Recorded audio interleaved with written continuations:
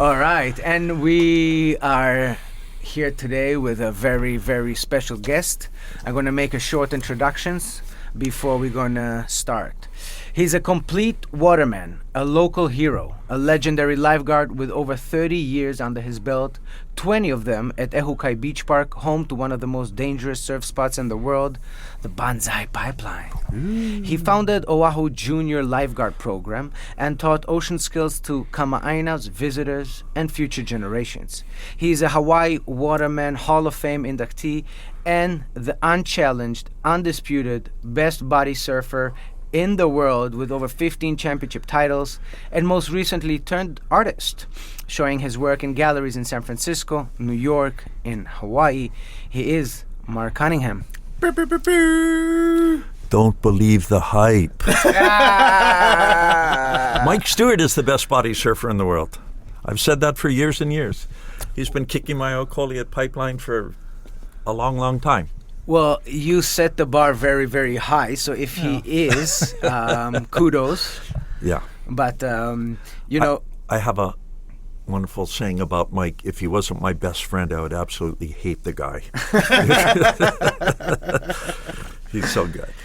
But, you know, just reading about you and just a quick backstory about my relationship with Mark. I met Mark through Ethan Estes, who is an artist, and we did an art show, and Ethan said, I'm going to bring my friend Mark Cunningham to participate. And I'm like, yeah, whatever, sounds good. Mm-hmm. And then I started to say, the art show is with Ethan Estes, Mark Cunningham. Mark Cunningham? And I saw, like, who is this guy? And every time I mentioned Mark Cunningham's name, people lit up. Their eyes lit up. And I'm like, okay. But still, I saw him just as an artist. And up until I invited him to join us on this podcast, I considered him as a friend, as an artist, and doing the research. God damn, Mark! God damn! I've had a good ride. You had a good ride. You should have told me. Very much so. Wow. I just got lucky growing up in Hawaii. Both my mom and dad were from Massachusetts on the East Coast. My father worked for the Federal Aviation Agency, and he was assigned to Hawaii right after World War II. So my two older sisters were born and raised on the neighbor islands. My dad bounced around all the neighbor islands, setting up air traffic and, control towers throughout the state. So I was made in Hawaii, but in the summer of 1955, Mom and Dad went back east so the aunts and uncles could look after my two older sisters while I was born. But a couple months later, I don't know how we got across country back then. Train, maybe? But I know we took the Matson boat between San Francisco and Hawaii quite a few times when I was young, going back east. No way. But I got lucky growing up in Hawaii, and I grew up in New Valley. And that was very, very short hitchhike distance to Makapu and Sandy Beach, where, body surfing, this was before boogie boards were invented. Imagine that. And body surf, every surfer was a body surfer because leashes weren't around. So you wiped out, you had to be a good swimmer, you had to be a good body surfer. And Dad was a member of the Elks Club, and they had a pool there, so I learned how to become a good swimmer at an early age and sort of get introduced to the surf out there at Old Man and Tongs and surf the winch on a little styrofoam board that I went through so many of them that you used to buy at Long's drugstore. Growing up in New Valley, it was brand new suburbia, and a lot of the houses had pools. Ours didn't, but I knew all the neighbors who did. And we'd put our styrofoam boards on the pool, run across the deck, and try to skim to the other side. And broke so many boards, it's amazing I never cracked my head open. But that was kind of the beginning. But that brought you into surfing or bodyboarding, I guess, or body surfing? Not bodyboarding, not a sponge surfer, body surfer. See, you're getting body surfing and bodyboarding get mixed up an awful lot. So basically, when you body surf, yes. You have no flotation device. So you thread paraffins, waters. The paraffins. Yeah. Well, a lot of guys use handboards now, which are real popular. Oh. And sort of in between the boogie board and the handboard was the McDonald's tray, the fast food. That was the one. I still ride one every now and then. Just for shits and giggles. I kind of like trays because They're silly, they're fun, they're affordable, and it's kind of a middle finger to the seriousness of surfing and all the equipment and all the sponsorship and all the accessories and what have you. You can still go hop in the ocean with a McDonald's tray and go ride waves and have fun. Hell yeah. Yeah. But that means that you tread water for how long? I mean, because you cannot stand and when it's out there, right? Yeah. Well, I mean, most beaches in Hawaii, once you know, we're the little dot in the middle of the Pacific. Once you step off, you're in deep water. So you got to be a good swimmer. So how many hours you just freaking? I don't know. Lots. What's that old saying? You know, thousands of hours to become Master, yeah. 10,000 is Yeah, master. whatever. I think I put those in I bet. because I'm 68 and I started swimming. You know, Mom used to take us to the beach before the Elks Club and stuff like that. So we've kind of been in. We're all products of our environment, you know. Mm-hmm. And I just got so lucky growing up in Hawaii, where you can run around in shorts, no need slippers even, and go play outdoors and go play in the ocean. And year round, you don't have to put on a wetsuit, and there's always a beach or a wave or. But also, there's a word on the. I would say word on the street, but Word on the beach. Word on the beach is you have huge feet. That's what they say. Shoe size 13. Yeah, Okay. that's a good size. That's yeah. a good size. I don't know if that's big, but Well, that is big. Take into consideration. matches my nose. You look good for 68, bro. Oh, thank you. You look really good. I just got a haircut at Golden Barbershop in Kaimuki, and they lowered my ears. I don't know. I feel 12 years old with this haircut. My face, my head's never looked so rectangular. But thank you, Chris. You look good. How old are you? I am 40. Lucky. Both you guys are 40. Yeah. Why are you talking to an old futt like me for? Well, because you have accomplished so much. Mm-hmm. I got lucky, man. I got so lucky. How come you repeat saying "I'm lucky, and you don't? I just feel I'm blessed. I'm fortunate. I worked hard. You worked hard. I worked. There's an old saying. I forget who it's been attributed to. Woody Allen or Lee Trevino, and something like. Please don't quote me, but something to the effect of 95% of success is showing up. I had a job. It was lifeguarding. I went to work, and it was 9 to 5. It was 5 days a week. You know, that attitude went is to work. beautiful. Yeah, I know. And you know what? Doing a little research before you came in, I watched a bunch of your videos, and in a lot of these videos, you have said the same thing. I'm very lucky. Yeah. And I was watching. I was Wow, like, you know we what? live in Hawaii. Yeah, explaining the exact same thing. Like, you know, being able to live here, chill, wear shorts, no shoes, jump in the water when you like, if you get hot, you know, all these things. And I was listening to these, and I was like, man, I really like your mindset on how, you know, attitude is gratitude, right? 100%. I'm so. The older I get, the more gratitude I have. I know how fortunate I am, and I can't express it enough. So I ask you to ask me that question at the end here, or maybe I can say some thanks. Yeah, Yes, we will get to that. But tell us a little bit about your story on how did you get to be a lifeguard? How did I get to be a lifeguard? Okay, so I went to Punahou High School. They released me in 1974 for good behavior. I played water polo there. I wasn't on the swim team because I wanted to go to Sandy Beach or Makapu. And going back and forth in a chlorinated pool didn't sound that fun to me, but playing water polo with my surfing buddies, a game, you know, having a game with teammates was fun. That got me into college at UC Santa Barbara. It's a scholarship of a last-minute admittance scholarship of sorts. And so I went to school at UCSB, and if you were going to be on that's when I finally had to go on a swim team. If you're going to be on the water polo team, you had to go on a swim team.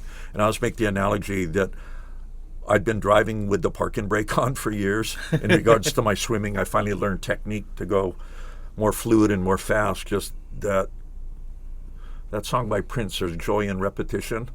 There's something to that in swimming. You just back and forth, and you lock in and you think of making your body as smooth and fluid and exerting as little energy as possible to be as fast and efficient as you can. Anyway, so I was swimming for the first time, getting to lifeguarding. Of course, it was a half-credit course at college, a basic life-saving course.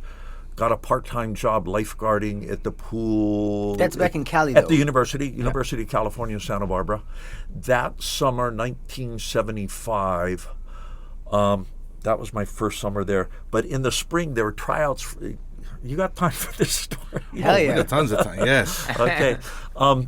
So they had tryouts for state lifeguards up and down the coast of California in the spring or middle of the winter. And the nearest state tryout was in Ventura, and it was a swim out around the pier and back, a pretty far distance. And this was like in January or February, freezing cold up in Northern Cal. I don't know if you're allowed wetsuits. I don't think so. But I hooked up with the trainer of the water polo team. I said, hey, I got to swim in the ocean, freezing cold. What's going on? Can we come up with a little something? We came up with this concoction of, what's it called? Bengay and what's the lubricant? Vaseline? Vaseline. I totally gelled up with like a combo thing. And it's like 20 minutes before the start. And meanwhile, all the guys are on the beach in their sweatsuits, towels around their neck, freezing, And I'm starting to go off, I'm like, let's go. Let's start this thing. So I did real well because I was in shape from water polo. And after this cold swim in Ventura in January or February, I'm just cooking in Bengay, and everyone else is just like shivering and shaking and dying, and they're looking at me like, oh my God, what's the matter with this guy? And I got accepted for that, except I didn't have a car, and the nearest beach was either going to be, I don't know, down in Ventura or up north in El Cap. I couldn't do that, so I did the tryouts for Santa Barbara City lifeguards, who were the lowest paid lifeguards on the coast back in the day. They had a reputation for that. In the spring break, I did state lifeguard training at Huntington Beach. All my friends were going to the lake. They weren't snowboarding then, but they're going on spring break, going cuckoo somewhere. I went to lifeguard training and was getting paid $10 an hour. And college, that was bank back in the day. So I was very happy with that. But that summer of 75, I lifeguarded for Santa Barbara City. I rode my bike from the student community, Isla Vista, next door to the campus, into downtown Santa Barbara and worked a handful of beaches in town there. And then I'd ride my bike back to UC Santa Barbara. We'd have evening water polo. I was in the best shape of my life. You'd do a morning workout practice with weights or swimming.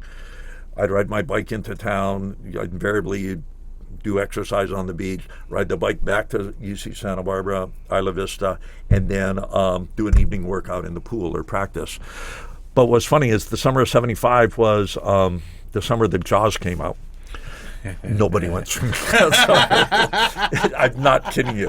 The impact of that, it's hard to explain to a younger generation the impact of how powerful that movie was. It was so scary. But nobody went swimming. Behind the tower, we had the phone box, a metal box, and there was a landline phone in it, and as slow as can be. A lot of times there'd be the June gloom and kind of foggy and cold. No one's going swimming anyway. Mm-hmm. You'd pick up the phone, and someone at headquarters would play the Jaws theme. Dun, dun, dun, dun, dun, dun. I actually remember that fear when the movie came out. I remember that I was afraid to go into the John water. Williams, I think, was the composer of that song. It's just a classic. Then there was like the fall of 75. I played water polo, came home for Christmas. Maybe this is 76. I get a little mixed up. My father passed away. He was only 59 years old. He was a heavy smoker. He had cancer. And I was not doing well in school. Myself and 3 or 4 other Hawaiians had an oceanfront apartment on Del Playa, this notorious have a good time college community strip, and I wasn't doing well in school. I was homesick. My father passed away, and I said, I'm going to stay home for a while. So you connected with Hawaiians up there? Other guys that went to just kind of gravitated to each other. Yeah. A couple of guys I knew were playing volleyball up there. They went to Punahou too, and they were on the volleyball team. Oh man! So everybody always stick together when they leave. We were kind of, you know what BMOC is? BMOC, no. Yeah, big man on campus. Santa Barbara didn't have a football team. So the volleyball players and water polo players are kind of like, so we had a good time there. And then, Oh, yeah. so I guess summer of '76 is when I tried out for City and County of Honolulu lifeguard tryouts. Did we swim at Ala Moana or maybe at the natatorium? We still had a lifeguard headquarters at the bottom of the natatorium. And that was the first summer. And living in New Valley, they made the rookie drive out to Pokai Bay. Whoa. Just to pay some dues. I thought I was talented on the hot body surfer, won a couple of contests at Makapu and Sandy, you know. And no, rookie, you're going to pay some dues. Yeah, it was good for me. Nice and flat out there, huh? Yeah, but the cast of characters on the west side was just classic. Here's a funny story about back then. So I inherited my dad's 61 Chevy Impala. That was my first car, 3 on the wheel, first, second, third. And that was the summer of, the previous summer was Jaws. The next summer was the gas crisis, the Middle East oil crisis. And there was a time in Hawaii you could only buy gas on even or odd days, depending on the last number of your license plate. If that was an even number, you could only buy gas on an even day. If it was an odd number, you could only buy gas on an odd day. But anyway, I ran out of gas a couple of times, going back and forth between the west side. And by the end of the summer, I got a few days at Sandy Beach and Makapu. And then I think that winter, like winter of '76, I was out at the North Shore. Oh. Yeah. A friend of mine through body surfing and stuff, dear friend of mine, Sean Ross, incredible pipo boarder. He was riding a pipo out at Pipeline before before the boogie boards came along. And Sean was just a year or two older than me. He went to Roosevelt, and he was working with Butch Van Artsdalen, who was like the first Mr. Pipeline out there, longboard era, and Butch was a lifeguard with us for many, many years. And Sean said, I need someone a little bit younger who's maybe taking better care of himself to help come work with me. And it was a real good fit. I was, in the best shape of my life. And we went out to the North Shore in high school and stuff. It was a big adventure back then. There were no surf reports on the radio or on the phone or on the computer. You shoot, take a chance and go. And so I knew how pretty it was, how beautiful it was. This is so nice. So when going out there after college and being in such good shape, and I just said, wow, I want to make this happen. And just started living and lifeguarding out there. So you moved to the North Shore? Yes. A girlfriend and I had there's a beachfront house at Cavella Bay, a neighborhood that doesn't exist anymore, got bulldozed for development. We had a beachfront house there. I had a couple of beachfront houses, quite a few, 3 beachfront houses at Kainui Road on either side of Ehukai Beach Park. And this is when a part-time lifeguard and his girlfriend could afford an oceanfront house before vacation rentals and team houses, and it got crazy. Which I know you also advocate for keep the country. Oh yeah, that happened many, many years later. I remember as a kid in high school, that slogan came around once in the late 60s, early 70s. But another one I remember, you didn't see much of it, but it was, don't Californicate Hawaii. Things happen. Wow, Californicate. Yeah. We're all pasteurized, homogenized, Americanized around the world. But anyway, keep the country. Yeah, that was the thing my wife Katie and I participated in very heavily for about 10 years after I retired. And that was short story, trying to minimize the impact of a proposed Turtle Bay expansion hotel out there. And just they were writing on permits and that were granted decades ago that were never acted on. We were saying, you lost your chance, or you had your chance back then and you never did. You get permit once, it doesn't write on to eternity. So, just having lived here my whole life, I know how special and wonderful Hawaii is, and so that slogan, keep the country, was just trying to preserve what's green or rural or special about Hawaii, It was very iconic. Like that green sticker is just absolutely... We worked hard pushing that. Yeah. More than 1 or 2 city council hearings, I said, I still haven't seen any bumper stickers that said, build more hotels. Right. Exactly. It's like, poor Hawaii has put all its eggs in the visitor industry. And I remember when I was in elementary school, Ainahaina Elementary School, and the teachers talked, well, this is sort of the demise of sugarcane and pineapple. We're going to have to learn to diversify agriculture, diversify our economy. We still haven't figured it out. 50 years ago, we put all our eggs in tourism, and I wish there were more creative minds to spread things out a bit more. The first one that comes to mind is the television and movie industry. Yeah, that's a big thing that I think Augie's pushing right now, right? I've been involved in a few productions over the years, and it pays so well and employs so many people, and there's like minimal footprint. And then we offer like such a major tax credit for them. So like there's so much great things about it. Like, I think Augie right now is trying to build an actual studios, like a Hollywood studios here, because they get the tax credits. It is Hawaii, and like you just said, minimal footprint. It doesn't take away much land. It doesn't destroy. It's a win for everybody. I'm surprised the tourism industry hasn't jumped in on that, because it just brings so much money onto the island. Anyway, where were we? Lifeguarding to the economy. I wanted to know, because you just talked about, you gave us your whole story, from keiki to lifeguarding, but you've had so much different opportunities in between that. Like, again, you're a sports person. Why, out of all that, you put so much effort into lifeguarding? Good question. Like, why did you choose it? When I was a teenager living in New Valley and I'd hitchhike out to Makapu and Sandy Beach, the lifeguards would let me, hang out under the tower. The weather was bad. I'd go sit in the truck with them and let a rain squall go by. And I saw these guys are young and fit and strong, and, during their water patrol, they'd go dive, they'd go body surfing, they'd go surfing, and they helped people. And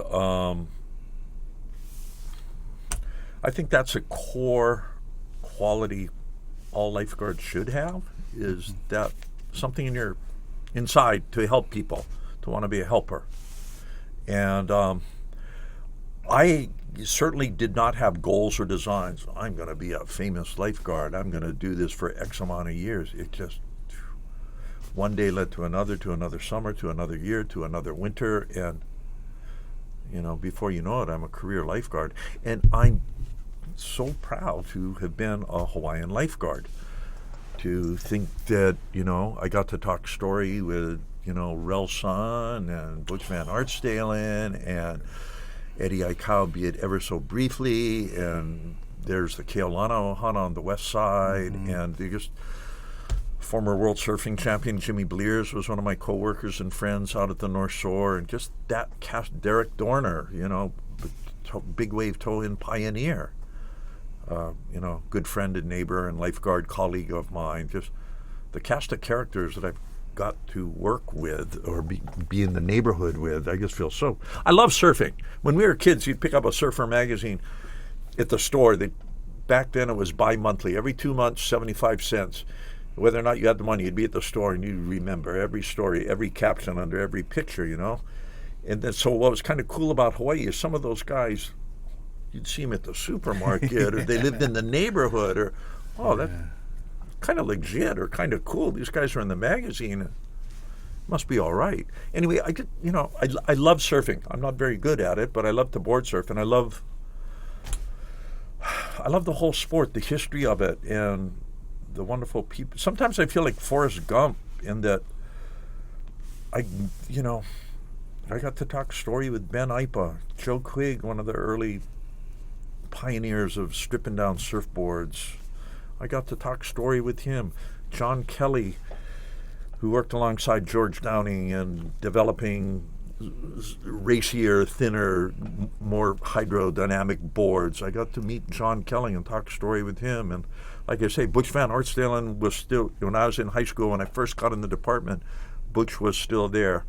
And it just goes on. And now I can go to the beach and there's John and there's Billy Kemper. And, hey, how's it? I feel lucky. It's fun.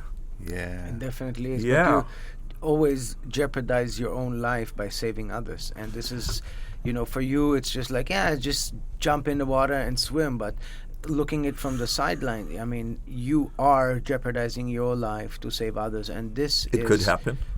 This is, this is amazing. This is Yeah. not something that everybody is built to do. Well, it's interesting. When I first got in the department, a lot of my co-workers, older guys, I think that guy needs help. Wait, Mark, wait. I think he needs help. No, wait. What are you waiting for? You want the eyes to get bigger.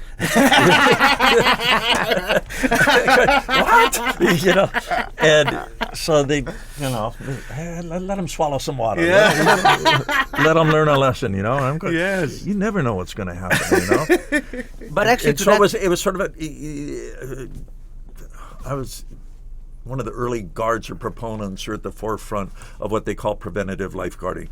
You talk to people, you get on the bullhorn, you blow a whistle, you try to prevent as many rescues as you can. I mean, some days, some beaches, it's just out of control and accidents are going to happen. But it's like most lifeguards who've been around for a while, any professional, you develop a sixth sense for what's going to happen next. You're one step ahead, and you see that person's going to get in trouble. They're fresh off the jet. They're not tan. They're not fit. They don't have the right equipment. Maybe I should go talk to them. It's the proverbial ounce of prevention better than a pound of cure. To that point, I feel like for sure you had to, encounter many situations where someone comes in from California thinking it's like, it's just like back home, and then they go into, pipeline, and it's not. Yeah. It's absolutely not like any other wave on the planet. Yeah. Well, the big difference for us here in Hawaii, once again, we're that little dot in the middle of the Pacific Ocean. We don't have the continental shelf that the East Coast and the West Coast does, that on a lot of beaches, continental USA, it slows down the momentum and energy of the waves as they approach the shoreline. Here in Hawaii, we're the first little road bump, speed bump that are, our reefs and beaches. That's the first thing that they hit, and they're coming in full force. You're reminding me of a story. What was fun, getting back to preventative lifeguarding, my partner for many, many years at Ehukai Beach Park was Terry Ohui, one of the co-founders of Hawaiian Water Patrol. Beautiful, strong Hawaiian man, a real leader. Grew up on the windward side. He was he's a quarterback at Kahuku. So quarterbacks are leaders, and Terry he's strong, the most beautiful man. But I would deal with the haoles and the tourists, and Terry would deal with the local boys who needed some advice or guidance or what have you. But I feel so fortunate that Terry was my partner. We had a good system worked out. I bet. Most of the people that just come out of the airplane and they have so much confidence, they see it on What was also challenging is out at the North Shore, being so close to Schofield Barracks. Here, these soldiers that have been trained to kill and fight and be strong and be bad, and taking orders, taking crap all week long, and their day off, they're gonna have some beers and cut loose and go play in the ocean kind of deal. And it's like, it's not the right they didn't want to listen to some skinny haole guy. You can't go swimming. The last thing they wanted to hear was another order, another no, you can't go swimming, or it's dangerous. But it was hard to convince people sometimes. Well, you're diplomatic, you use your words right. People get them. My favorite line was, I'd see someone going out on kind of a big gnarly day, and I wasn't sure, I'd never maybe seen them before. Hey, how you doing? You've surfed out here before? Well, no, but I've surfed waves this big before. I go, okay, so you're pretty good about going out? They go, yeah, and I go, okay. Going out is easy. Coming back in is the hard part, especially after your leash is snapped or your board is broken. So I really hope you can come in, because I don't know if I can swim out today. It's really big. I don't know if... I'm kind of uncomfortable here today. So if you're good on your own, go get them, Tiger. And walk away. And they were, it worked out. Knock on wood, it worked out. I got a lunch break coming up. 9 out of 10 times. Yeah. Well, I'm so excited. The guards are now moving on to a 10-hour workday. So there are 2 extra hours of coverage island-wide, something that has been long overdue for our department. So that's another step in the right direction. Yeah, before it was, we come on at 9, knock off at 5:30. Occasionally out at the North Shore, the real big days, they'd give us an hour of overtime. But so many people swimming and going to the beach before work, after work, surf till dark. It's so beautiful. So yeah, it's nice there's more coverage now. How was it for you going to the North Shore, if I may ask? Yeah. Being townie, Right. being accepted by the North Shore crew, being accepted by as a haole, Right. townie, going to North Shore. Local haole, if that means anything. Yeah. I was, what's the big word? Respect.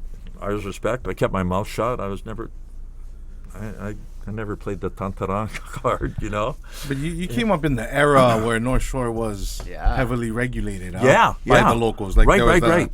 Fast Uncle Fast Eddie. Yeah. the boys. No. I knew all the guys in the hui, but I was doing my job and they were doing their job. I never had any pilikia with the boys. And they were all. And that's from what I get. Like aside from all the. How do you say it? The big ghost stories, because it's always larger than life, Ghost right? stories. You would always be like, they will That's do good. this, Right, do that. right. But a lot of people don't understand that there's a reason. They're not doing it for kicks. You know what I mean? Most of the a lot of times they want to keep everybody safe, Right. Keep everybody in order, because if there's no order, then problems happen. Yeah. Right. I never had any pilikia. I was doing my job. I had a girlfriend out there. I wasn't at Steamer's restaurant, drinking and drugging and looking for trouble. Yeah. Boring, Boy Scout, That's good though. Yeah. Well, one thing I'm very proud of is Terry and we started the 4th of July paddleboard race 40 years ago. Summertime out at the North Shore was doldrums. And 4th of July paddleboard race, it's still going on. And Terry and I started that Sunset Beach down to Waimea Bay, and the hui helped out. And, community and wives and girlfriends. And my wife and I moved to town, and I had to, the hui took it over, thank goodness. They've kept the tradition alive.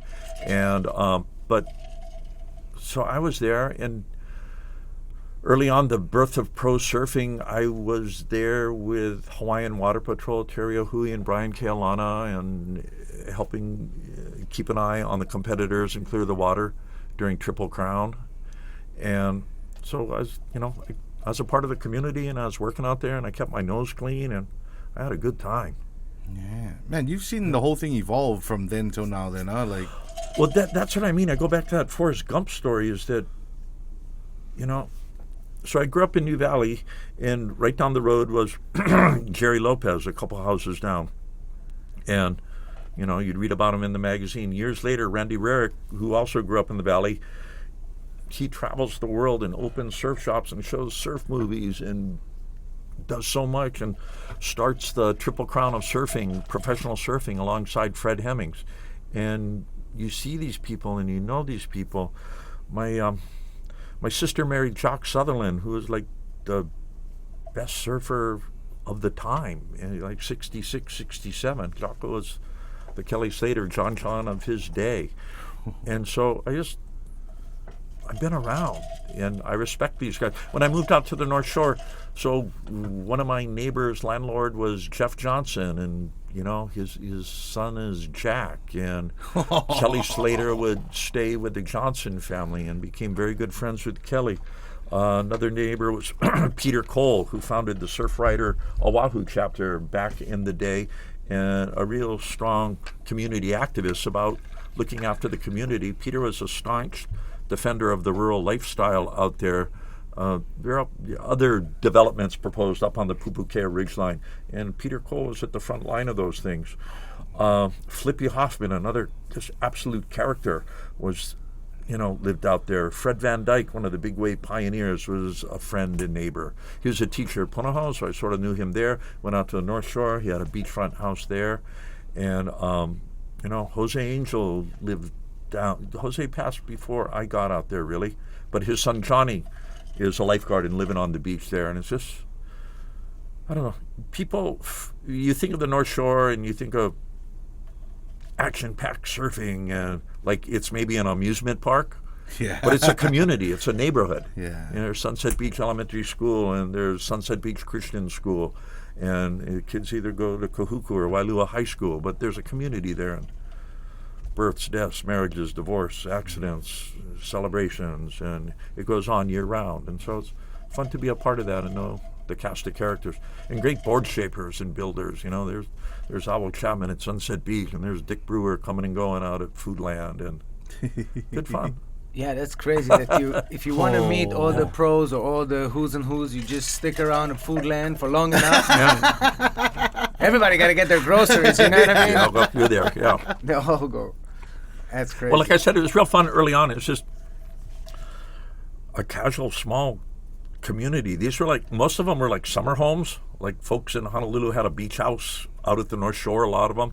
There are a lot of full-time residents too, but a lot of them were just rented out, and 3 or 4 surfers would get together and rent a house, and it was affordable. Mm-hmm. You could live in an oceanfront house for next to nothing, and then surfing just exploded and blew up, and team houses and. So you think what took those prices up are more like the surfing, the Airbnb, the clubhouses, and stuff like that? The developments? Everything. The price of everything went up. Yeah. You know? But over there, it's like you buy nothing for millions, and it's like a shed with a single door, single wall construction, and you're like, I can't believe this is 1.5 million. I always joke, I wish I had played more Monopoly when I was a kid. Hell yeah. I would have known to buy things. Jeez. But I was a renter. But I lived in these, I got lucky, incredible beachfront houses as a renter. I didn't own it, but I got to live right on the ocean for years and years and years. That is a blessing. It is. You can't do it right now. So fortunate. People do. Once again, a name I mentioned earlier, John Kelly, beautiful Hawaiian man. He lived at Black Point, and he was the founder of SOS Save Our Surf, the predecessor to Surfrider Foundation. And John was very akamai about the proposed development all throughout Honolulu and around Oahu. And I remember once going for a swim off of Black Point with John. He had late 70s, early 80s. This was so many years ago. And he's in his Speedos. He hops on his boogie board and kicks on out. And he's been doing this for decades and decades and decades. I go for a body surf. I'm swimming with him. And wow, this is so nice. We're at Kaiko's and we're looking back. Look at all those beautiful homes. That's so nice. He goes, no, it's really sad. Most of those homes are empty. They're trophy homes for offshore investors, and God bless those people for working hard and having their dream. It's just so sad. It seems, you look at all the kaka'ako, the glass towers, you wonder how many people actually live there. Mm. So are you familiar people with... just parking money. I don't get it. Are you familiar with the bill that Brenton Ava, he was trying to push, that you have to live here to buy here? Live here to buy here. I'm not familiar with that. I know many countries have that. You have to be a citizen.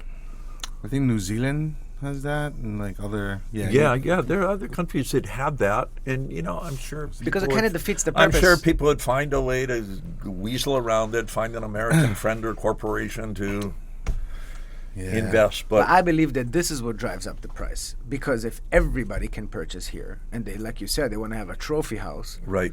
Then, I have a trophy house, one on the North Shore, one on Diamond Head, one in Kahala, and whatnot. Right. And they don't care because they have that kind of money, that kind of power. Yeah. And then, of course, everything is based on comparables. So right. So what's harder? The residents who live next door to that house, who've been there for a long time, and generations, their property value skyrockets because he built a McMansion next door, and meanwhile they have to keep paying increased. Yeah, it's nuts.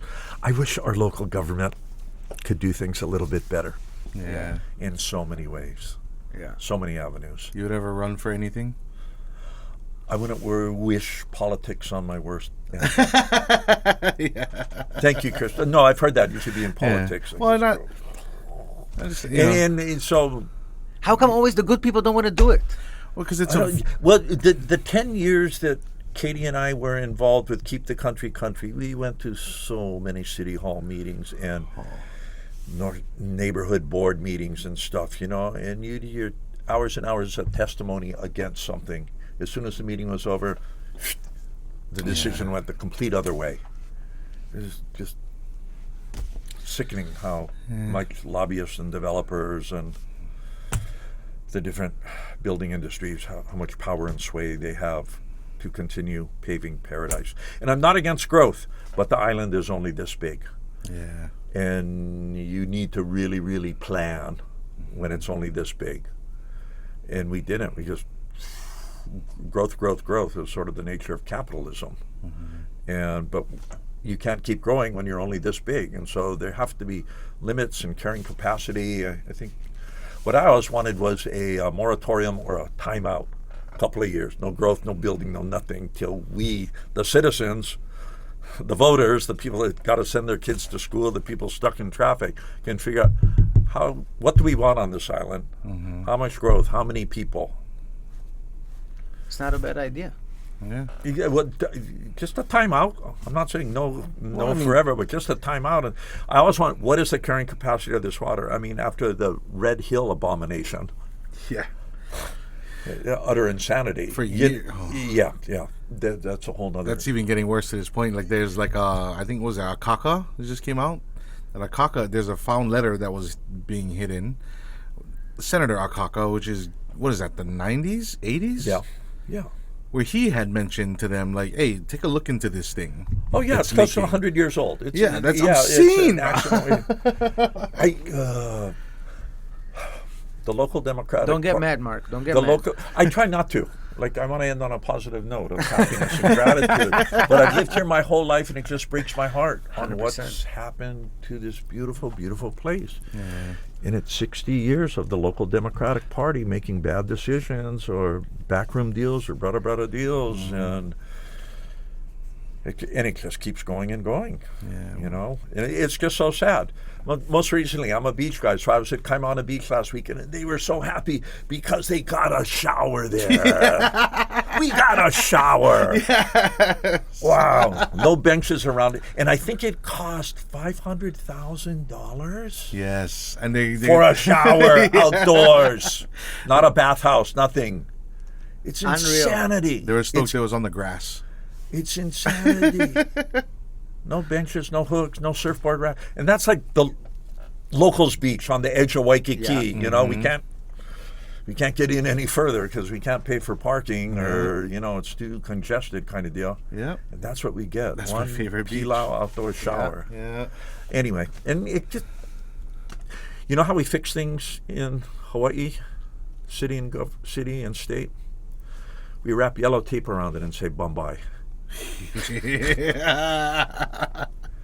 Years later, put an orange traffic cone on it, and maybe we'll get to it later.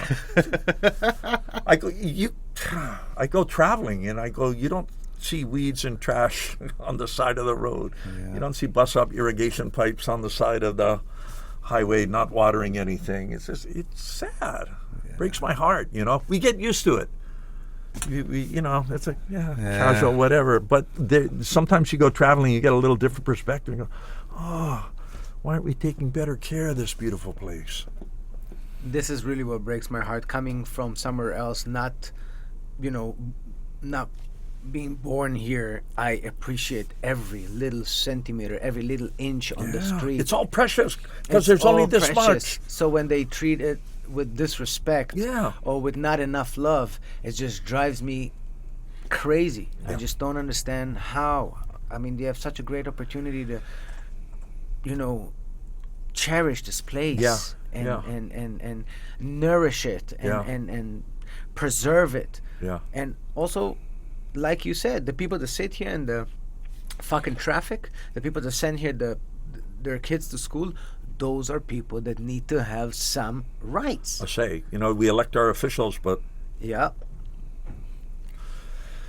I don't know, Jonathan. I just don't know. But what can we do as a community? What can we do to make a change? Make noise. Yeah. You got to make noise. The squeaky wheel gets the grease. But collective noise, I feel like is it's going to need. And so with Keep the Country, I just said, I hope there is some young, smart I was retired from lifeguarding and going into my 60s already, and I hope there's some young, smart, energetic kid who's just come from school in the mainland or graduated from law school and can figure out how to be a charismatic sort of leader to bust up the logjam or shake up the status quo. Yeah. That's why I go to the beach, and a lot of times I go beach combing for my art. I take a bag with me, and I pick up trash along the way. And is it going to make a difference? No, but I hope people look at it and go, wow, Uncle, that's not his trash, but he's picking it up. Why is that trash on the beach? It's not, how did it get there? I hope it's going to spark a solution or an answer or some young kid to go, that's not right. How about if we did it this way? I have hope and I have faith in the younger generation.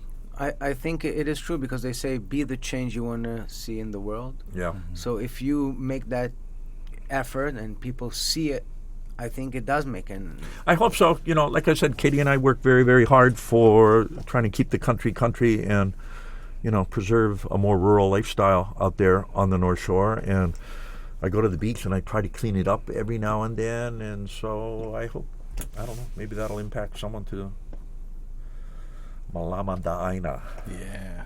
I think you're doing a lot as far as, I'm very selfish. I beat myself up that I don't do more. Like maybe I should be in politics. Shit, if Augie can do it, maybe I can do it. No, respect. Yeah. He's trying to represent his community. Yeah. And, I mean, he's the one who made waves over that insane pay raise that the city council Oh, my God. Oh, my God. See, it just goes on and on. Yeah. And I salute him for saying no, Yeah. Yeah. He didn't take it. He didn't take it. But for those guys, boy, I wish I got one half of that pay raise any time in my life for my little lifeguard salary. So let's get back a little bit to lifeguarding. Yes. And in regards to the financial of a lifeguard. Yeah. Don't you think that it starts right there? I mean, if you don't have enough support, if you don't appreciate the people saving lives, imagine there was no lifeguards and people used to die, right? Yeah. People would die. Right. It would affect immediately the tourism. Yeah. Right. So there is a certain. It's an integral part of keeping our visitors safe. Right. Right. Why doesn't it comes to? Why is it not in the paycheck? Why is it not? It is slowly getting there, Jonathan. When I was first in the department, lifeguards were lumped under this umbrella of the Parks and Recreation Department. And so our bosses would have to go to budget meetings, and they wanted more kickballs, and they wanted more rakes, and they needed more, nets for the basket, and, we wanted trucks and trailers and stuff like that. And so now we're a part of emergency services. And it took you over 20 years to get there. It took us a long time, yeah. And but it is getting better. The lifeguards are getting more organized. And when I first got in the department, the lifeguards, a lot of places had that reputation of kind of being happy-go-lucky beach boys. They're just there for sunshine, chicks, and good times, And we've worked very hard to change that perception. No, please think of us as like first responders, like cops or firemen or paramedics. We're the first ones on the scene. All those guys get a phone call and they can show up. We're kind of like right there when it happens. And so, but slowly they're getting, their union is becoming stronger, and they are getting more recognition and better pay and better equipment. So things are improving. Good. Is it true that, and again, I don't know, I heard it through the grapevine, that Billabong dropped their support, which was about $40K a year to the water safety, and they just dropped it last year or this year? Oh, I don't know about that. Yeah. Yeah. Back in the glory days of the surf industry, I mean, all the companies were pretty darn good to the lifeguards supporting. I mean, the one I really want to shout out was Quicksilver. Glenn and Meredith Mancata, who looked after Quicksilver Hawaii for many, many years, incredibly good to the lifeguard department and to the local surfers. And the boom days or the surf industry as we used to know it no longer exists. But when I was... So after being on the beach for just under 20 years at Pipeline, I took a promotion, went to our training I became a lieutenant in our training department. Myself and Captain Russ. That was a training department, 2 guys. But in the summertime, I'd look after. I organized the first junior lifeguard program. At the end of the summer, we would have a championship. First, it was island-wide. All the kids from all around the island would come, Ala Beach Park, and then it became a statewide competition. But I would go to all my friends in the surf industry, no matter the brand, no matter what they have, say, hey, you got anything we can give to the kids at the end of the competition? Oh, it's like Christmas in August, you know. Yeah. We'd have goodie bags, but all the companies, all the reps were, you know, so good to us. I don't know if that exists anymore. But a big shout out to, you know, Quicksilver. They were incredibly good to Hawaiian lifeguards over the years. Didn't they do the Eddie? Was it them that did the Eddie? Yeah.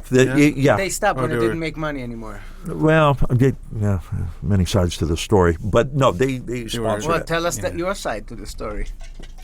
No, they quick, you know. I understand it's not as profitable because it's not consistent. It's not every year. You know, it's something that you need to do out of love. That's part of the. I'm not a businessman, so I can't tell you, really. Yeah. But I mean, yeah. How many years it's been going on? It's only been held 8-9 times. Yeah. But that's the allure. I mean, that's the chase part of the magic. Yeah. Yes, like when it happened, when it did happen, bro, the world was watching. No, and the world watched the fucking lifeguard win that shit. Like, yes. Yeah. You know what I mean? Shout out to Luke Shepardson, bro. Like that. If I didn't that was a good story.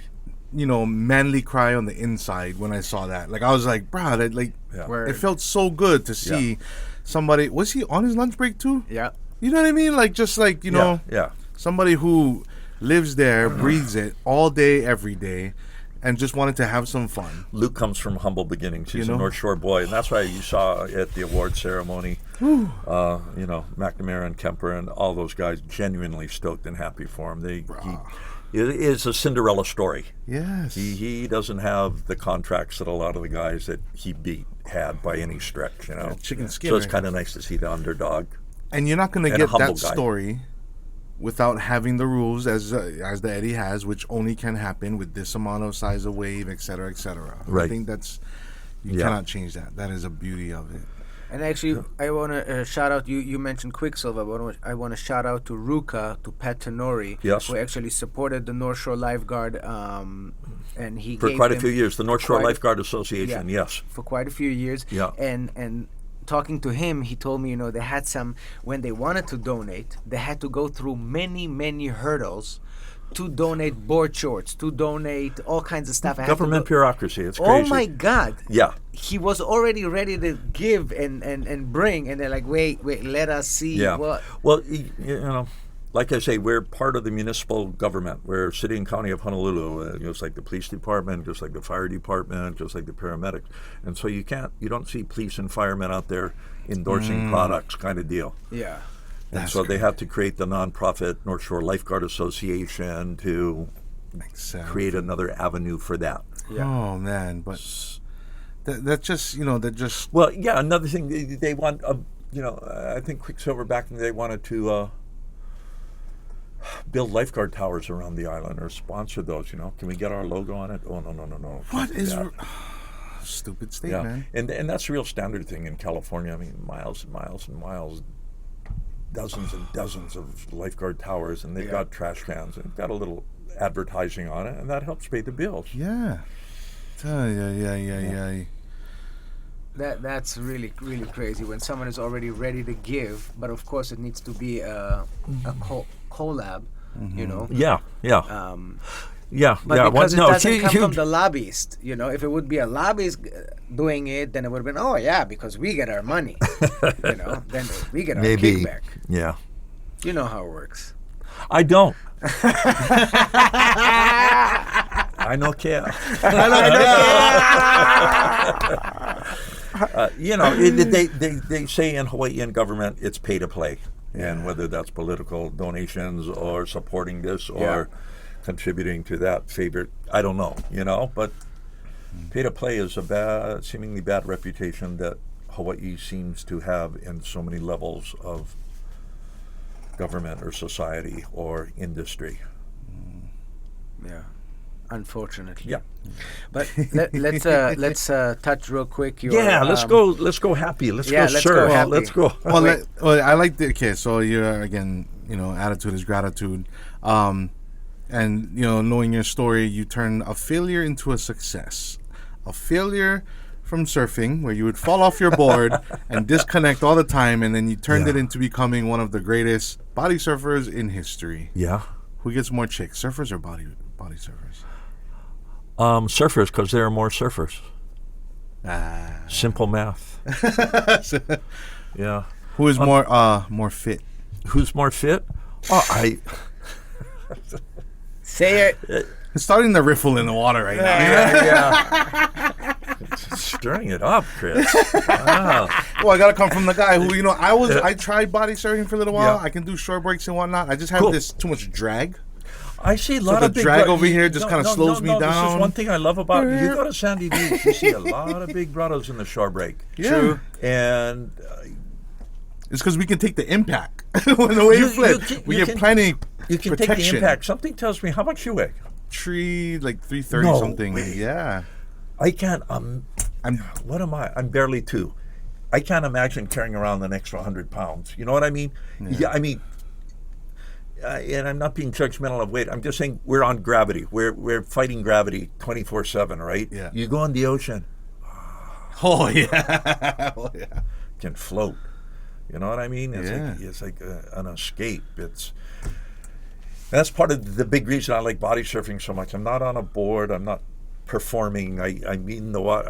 I'm kind of like invisible. You know what I mean? It's just this head sticking above. Underwater, I'm bending and floating, and I'm doing all these moves that I can't do on the land.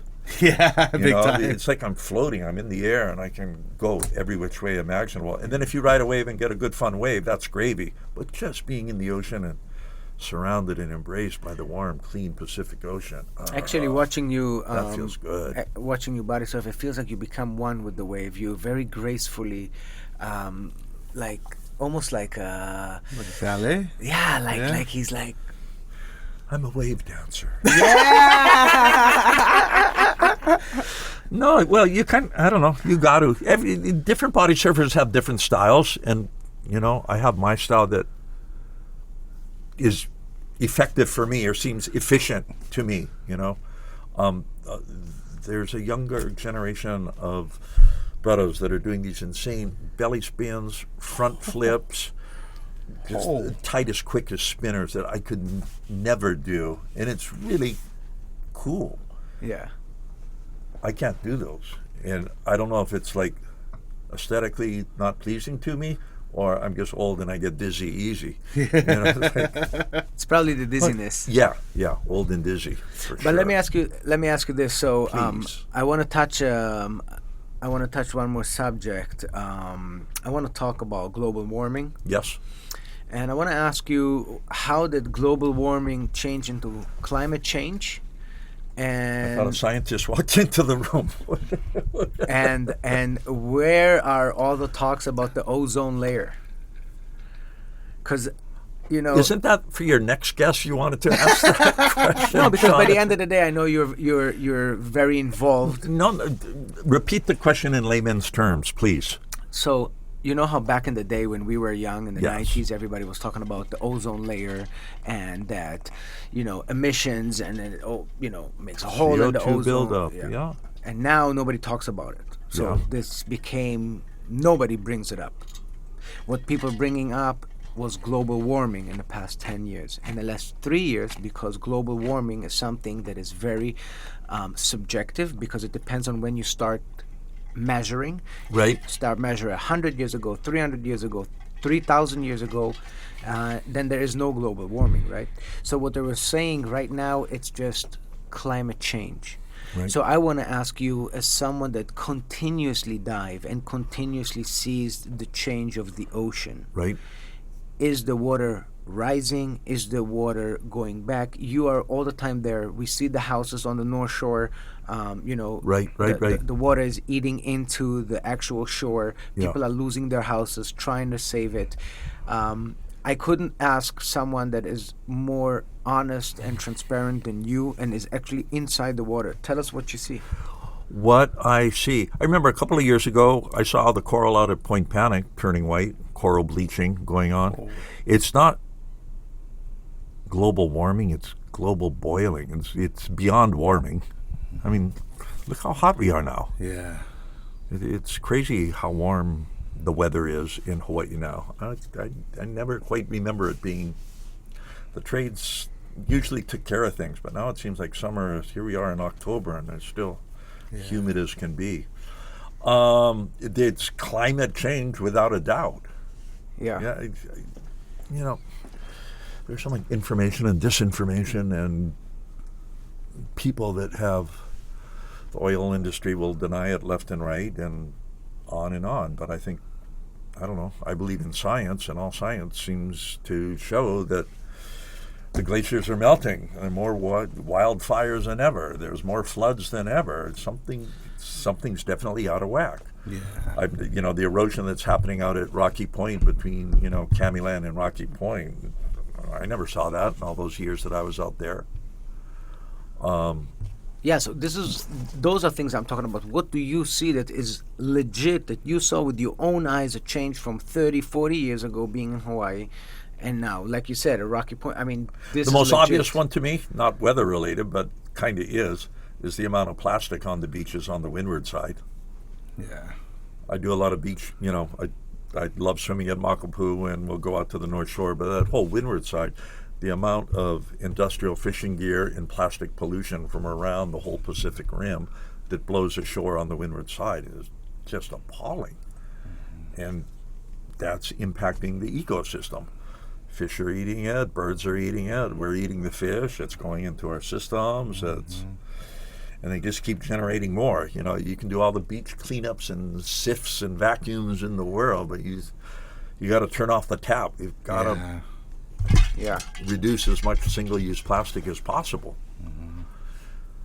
I dodged a bullet. I didn't answer your question. Sorry. No, you did. Actually, you did. But I mean, we're seeing erosion, king tides. I never heard of king tides until 5 years ago, it seems like. Yeah. I remember high tide, I remember storm surf, but king tides that are, eating away at seawalls and things like that. So this thing came... Well, I mean, there are islands in the South Pacific that are... I mean, they don't have the Kohala mountain range. They're just little atolls, and they're slowly getting inundated. So this is exactly what I wanted to know, having that information from you and not from another scientist that tells me what to believe. This is actually what I care about. People that actually been in the water and seen it with their own eyes. Yeah. Because somehow it's easier for me to trust you than to trust this scientist from Oxford. You got to find the balance. There's anecdotal. There are fishermen who've been going, who've been fishing the same spot or poking fish on the same reef for 30, 40, 50, 60 years, and that's anecdotal. What they can tell you, what they've seen, or what they don't see anymore. Yeah, they used to catch fish, and no more fish on the reef kind of deal. Yeah. So when we did the art show with you, yes. You asked me... Thank you for that opportunity. Absolutely. Thank you for all the opportunities you've presented to many artists, Jonathan. There's nothing that I'd like to do more than present opportunities. Thank you. But you told me, hey John, do you mind if I bring some trash I collected? And I'm like, yeah, no worries, bring it. It's gonna look awesome. One man's trash is another man's treasure. And you came with literally, I'm not joking right now. He came with about 8 or 12, I can't remember, glass jugs like that, filled with trash that he is actually bringing from the ocean, whether it's dives and found it or combing the beach. And suddenly I realized this is just what he has. Oh, yeah. On leisure time, too. On leisure time. I mean? This is like... Yeah, it's not something I do every day by any stretch, but I love beachcombing. In regards to the art, I joke I have fun 4 times. The first time is when Katie and I get to go snorkeling, and we like to find surfboard fins and watches and sunglasses and jewelry and GoPros and man-made objects that have just been hammered by Mother Nature, stuck there. Yeah. And I have a wonderful selection of Waikiki hotel room keys, too. The second time is when I go beachcombing. The things I find I like to mount on man-made lumber. I call it beechwood, B-E-A-C-H, that's been weathered and hammered by the ocean, the sun, kind of like me.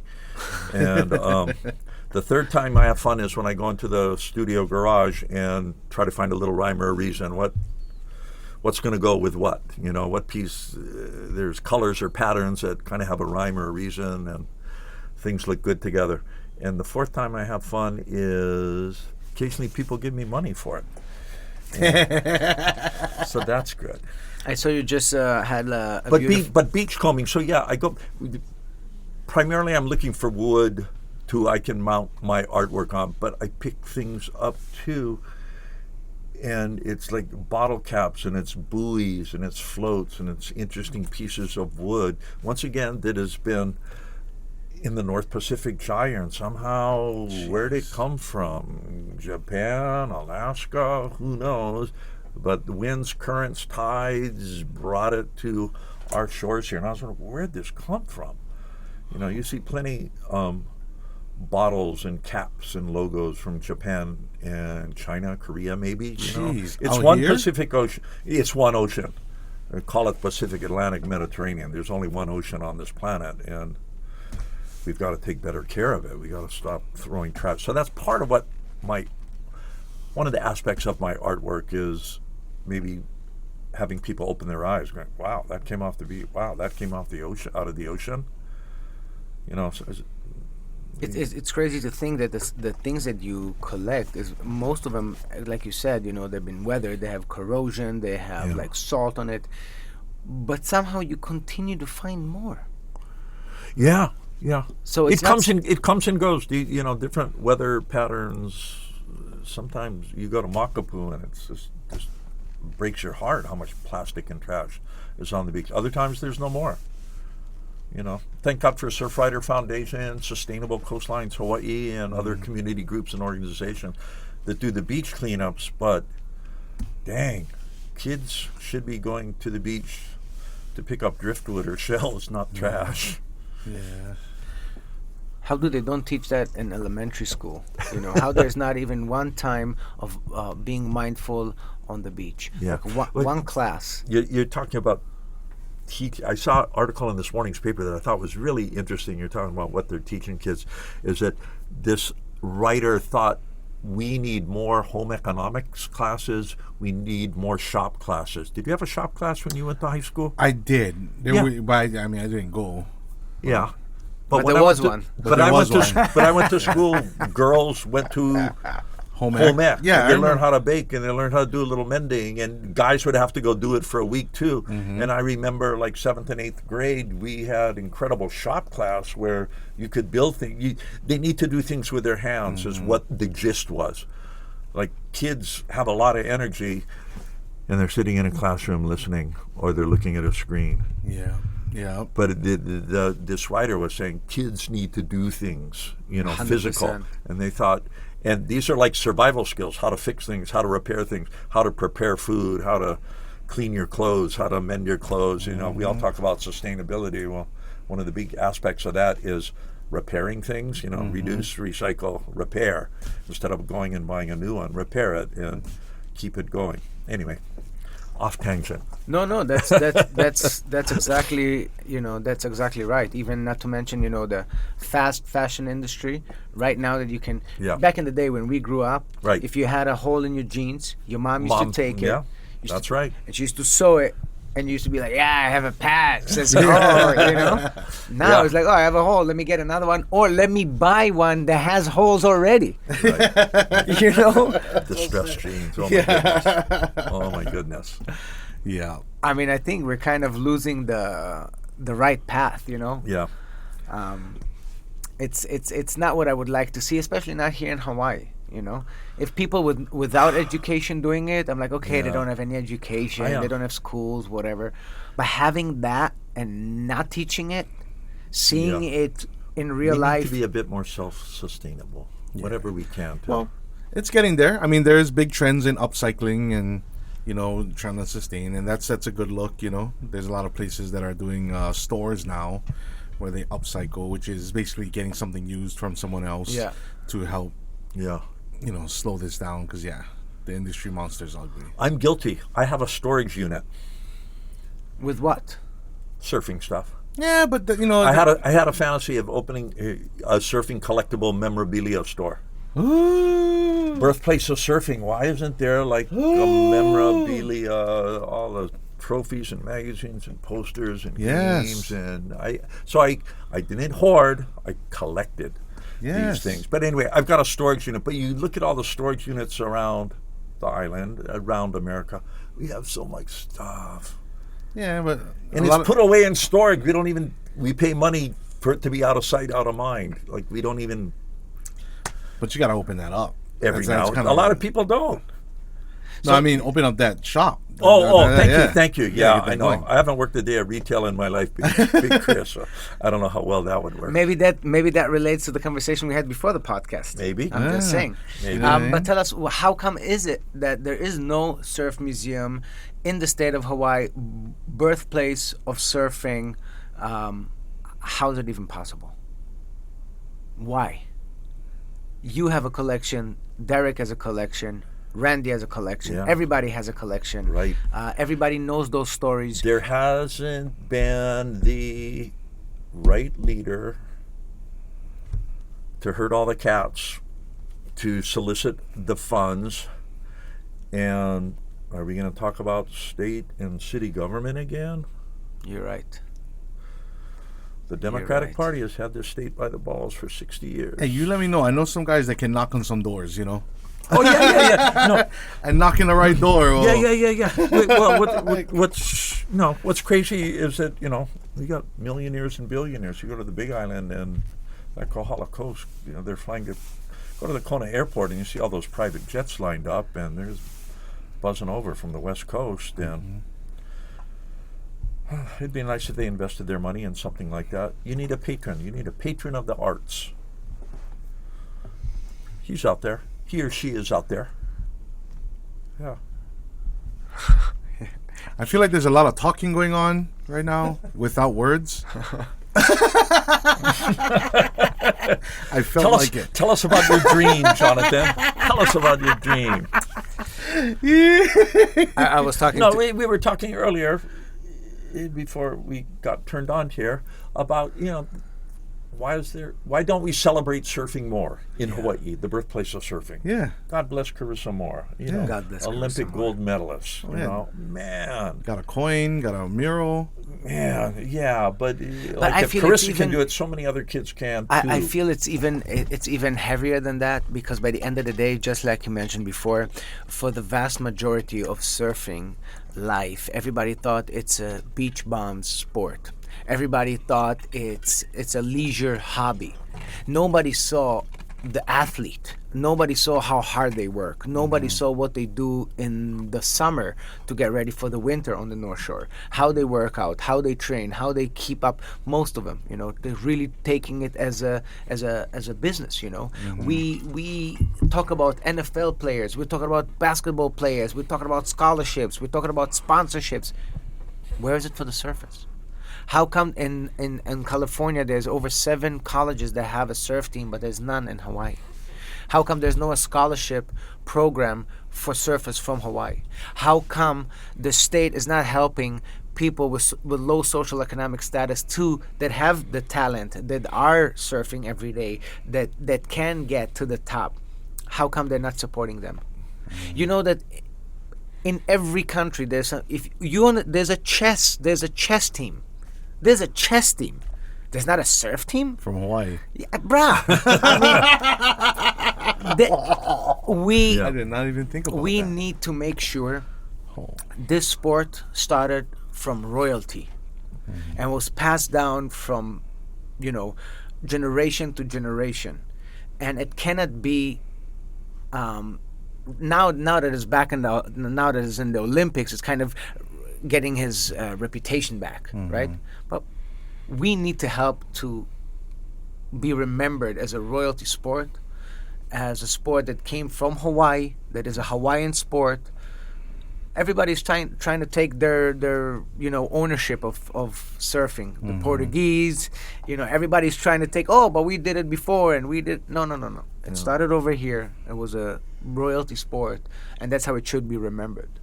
And I feel that those people that actually started surfing or brought surfing to what it is today, whether it's Mark or Randy or Derek or all of those amazing guys and all those names that he was mentioning before, their stories need to be encapsulated, remembered, written down, and passed on to the next generation.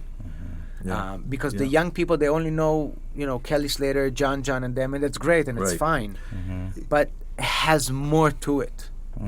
When I was a young boy, I went to the Tower Records. We had one store of Tower Records. I used to go in and buy the Surfer magazine. I used to, like you said, read all those articles, see those pictures.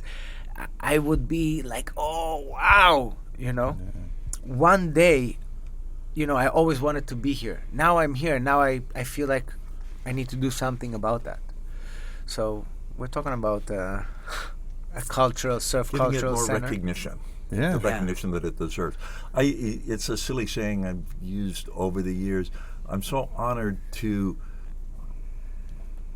have, my life, a Hawaiian lifeguard, a body surfer, but I'm not the first and I'm not the greatest. Many, many great lifeguards, Hawaiian watermen before me, and many great men and women on the tower in the surf right now. I'm just one of the links in the chain. I don't know what the chain is doing. I don't know where it's pulling, but I'm just, one of the links. And I'm absolutely honored that, I know many of the other links in this chain that is our surfing world, our surfing family. And it goes around the world. That's the neat part. Is like, we know everyone here, but that's what's so fun about living in lifeguard out at the North Shore. That they call it the Mecca, but it was a gathering place. So many. The Japanese surfers were coming, the Brazilian surfers were coming, the Californians were coming, the South Africans were coming, the Australians were coming, and they'd all, for the most part, get along real well. And then, a handful of surfers would go to Australia, a handful would go to New Zealand, a handful would go travel to Japan, but it's a wonderful, wonderful community. I feel very blessed that I got to do a little bit of traveling because of my lifeguarding and body surfing career. But, there are great body surfers and lifeguards in France. I've seen great body surfers and lifeguards in Mexico. 100%. The lifeguarding, But body surfing tradition what's in the California difference? is huge. You know what the difference is? If I talk to you and I tell you, tell me one thing about France, it wouldn't be surfing. If I tell me one thing about Hawaii, you'd be like, surfing, rah. Yeah. And this is the difference. So it is the Mecca. And the fact that there are great people in other places, yes, they are. There's great people in everywhere. Yeah. But we are the birthplace of surfing, and so it needs to be treated. And we need to get the right support, whether it's for the lifeguards, for the surfers, for the water safety, the whole spectrum of water sports. Yeah. So now that's including canoe paddling, that's including spearfishing, that's including rough water swims, there's the bodyboarders. Yeah, I mean, the ocean is so important to so many people here, and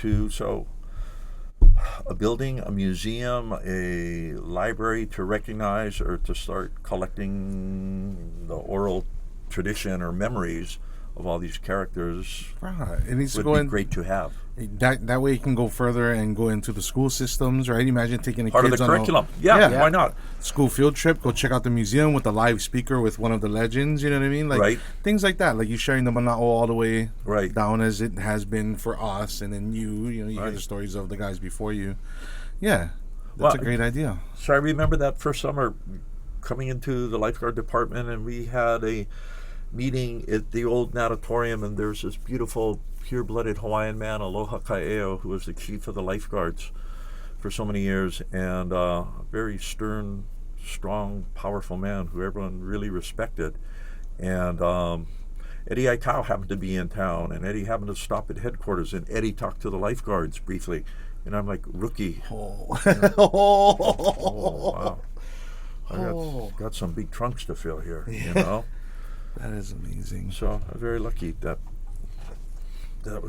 part of the fabric of who I am, you know. And we need to continue that. We need to continue those stories. We need to continue that, those morals, those stories, those, and to perpetuate surfing and with a lot of, and preserve it. And also treat the ocean with respect. Right, yeah. It's all connected. All connected. Yeah. These kids gotta know about you, Mark. These kids gotta know about you. They Hell gotta yeah. know that you once body surfed with Kelly Slater, and then you styled on him. Yeah. We saw the video. We watch it. I got lucky. I was at the right place at the right time, you know. And once again, I was at North Shore Mecca, where everyone from around the world was converging for a couple of months every year. And But did he just decide to want to like go out with you, or what? Go body surfing? yeah? Oh, no, like I said, Kelly's been going to the North Shore. What is he? 50 something now? He's been going over there for 40 years. You know. Did you just run Close into to him 40 in the years. water? Yeah. Oh. On the water, it's a community out there. They live, they shop, they go to the restaurants, and you run into each other on the road, on the beach, on the lineup, and mutual friends, like-minded people. Yeah. Yeah, And you guys are like-minded because he cares too. He cares very much too. so. Kelly's an incredibly Akamai guy. You know, Yeah. he constantly glued to his phone, just researching it. His connections around the world at so many layers of society is unbelievable. Yeah. I'm freaking Opihi on this rock of Oahu, and he's just jet set international. For What sure. you've seen and characters he has met and done business with, and what have you. And I feel very honored to be a friend. he also always stands for the underdog. He always willing to speak his mind regardless of the consequence. Very much so. And this is something that is... He's been such a dear friend to me. Anytime I've had an art opening or showing a body surfing movie, Kelly's always been there if he's been on island for me to show support. Over the years, he donated surfboards in time for the Keep the Country effort when we would do benefit auctions or benefits. He has supported a lot of good causes all over the world for many, many years on trying to, what he thinks, do the right thing. Very generous man. He doesn't toot his own horn in that regard, but very thoughtful and generous man. Well, I don't think he gets enough credit for that. maybe at this point, would you want to give a shout out to anyone that supported you along the way, your sponsors, friends, people that were... I would. And where to begin?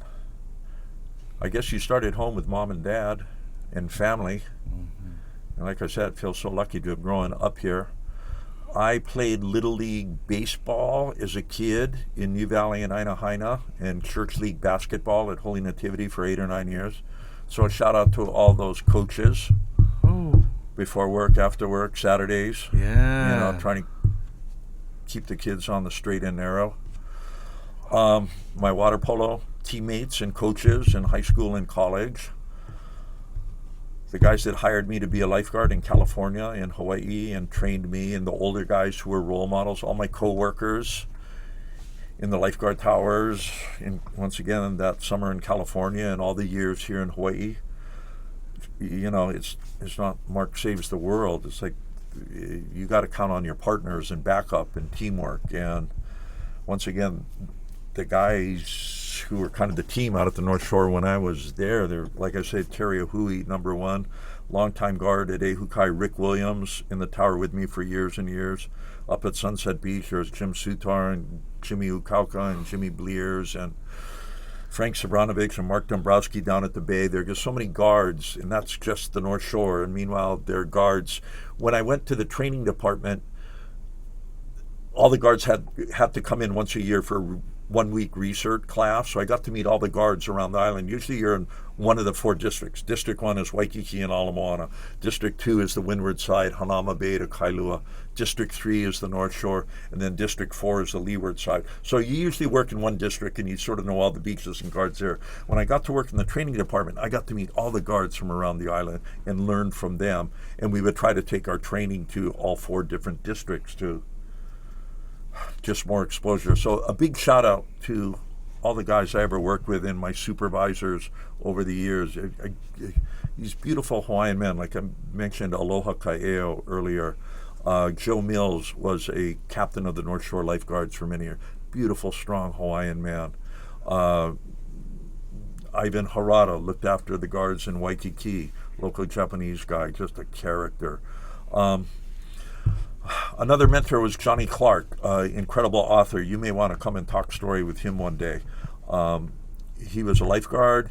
He wrote the series of book Beaches of Oahu that have been around, Beaches of Maui County, Beaches of Kauai County, and he's since gone on to transcribe so many Hawaiian books and journals and newspapers collaborating Hawaiian history sort of in the shoreline in regards to fishing and the beaches. And great book called Surf Site Names of Oahu. Wow. Gives all the names of the surf sites, kind of the stories of where they came from, whether it's Hawaiian legend or, contemporary pop culture. So all my lifeguard buddies, I got to say thank you to all my neighbors out at the North Shore, community members, from Peter Cole to Randy Rarick to Fast Eddie to Fred Van Dyke to the Johnson Ohana to Warren Harlow and the Angel family, and so many people were good to me and an influence and helpful to me and like-minded. And then there are people that have helped pay the bills. Quicksilver had me on the payroll for a while, and I got to do some traveling thanks to them, and I got to see parts of the world and meet other people. Very appreciative, thankful of that. Nixon Watches looked after me for a while and went on some excellent adventures with them. Wow. Very appreciative of that. The Finn, locally based company, is founded in Australia. The founder, Andy Cochran, married a beautiful Hawaiian woman. He relocated here, and now Andy's son Kenui looks after the Finn, he and his wife Miley. And we go to competitions or lifeguard conferences around the world.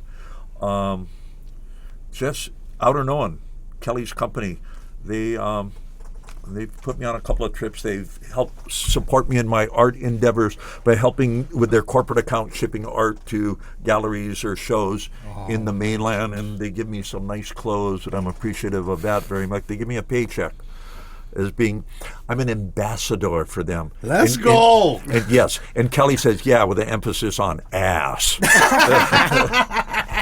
Let's go. And most recently, how does this happen? Volkswagen Hawaii is helping me out with a brand new electric car.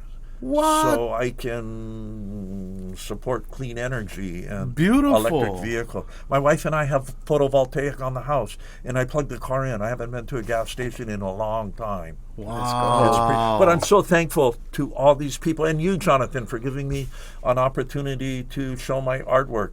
After this, I'm going to go run down Kalakaua Avenue to the Ron Herman store, where I've got some of my artwork on the wall, and I'm so appreciative of them for letting me showcase my work there.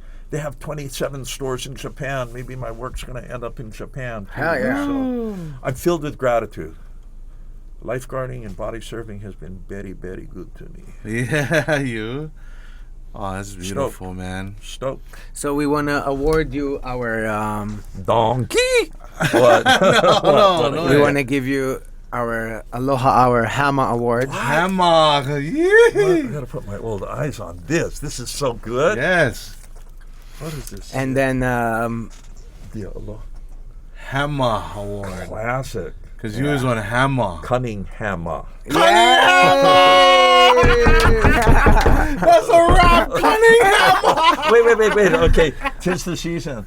You, Jonathan, I'm going to present with a pair of Duffins. Oh, let's go. Aloha back. Medium large, size 9 to 10. It's not the MC Amber model, but this is a collaboration we did with the World Surf League. Thank you, my man. We're real stoked. We help out the United States Lifeguarding Association, the Hawaiian Lifeguard Association, Hawaiian Water Patrol, the Water Patrol Ta'apuna in Tahiti, and One Ocean.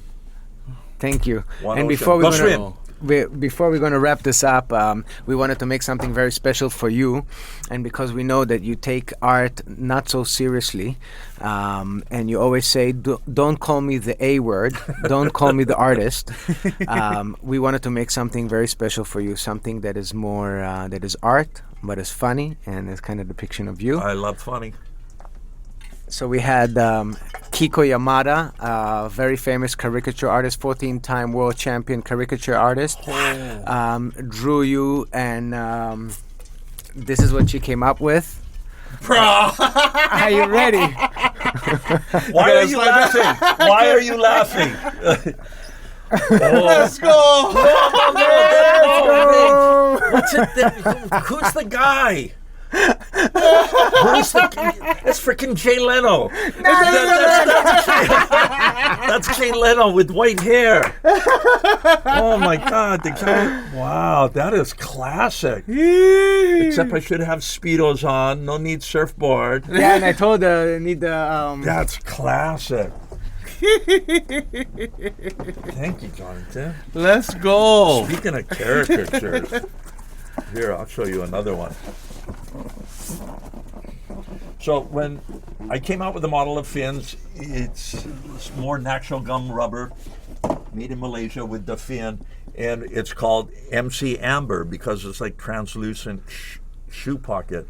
And I wish I could remember Keola's company who does design work in Honolulu, Keola Raposa. I'm sorry, I'm forgetting. But he and his crew came up with this. How's that for a caricature, brah? Oh, let's go! I like. They got the Speedos right. They got the white hair. Speedo, yeah, you. I told them to make the guns bigger and the opu smaller. But they didn't listen to me. They nailed it. See? I love it. I love it. Well, we did you after the Golden Barber Shop haircut. Yeah. You did the before. This is the before when I had. Oh, it is the before. Yeah, definitely. There you go. Oh, that is classic, bro. Well, thank you so much for And the coming artist's on. name again? Kiko Yamada. Kiko Yamada. Thank you, Kiko. Man, I love this. that's This the is real name, beautiful. huh? Yeah. Thank I you, just Johny. can't help but hear kicking Yamada. Yeah. I just said, I'm a Kiko Yamada. I'm like, why would you do I never thought about that. Kiko Yamada. Kiko Yamada. I let her know. I let her know. Mark, what a you, great boys. experience. Yes. Always a pleasure being around you. Thank You're you, such a Jonathan. great person. I'm inspired to hear about your dreams for a surf museum, something long overdue for our state and our sport. And It'll happen. good for you. I look Thank forward to seeing you. I know you make things happen. Hell And yeah. So I know it will. That's what I do. Awesome, Yes. Big Chris. Hey, Thank you, mahalo brother. for sharing time Thank and you, space with Jonathan. us. Thank you so Honored much. to be here. I know the cast of characters who have preceded me here. So once again, one of the links. One of the links. Thank you very much for joining us today, and see you next time.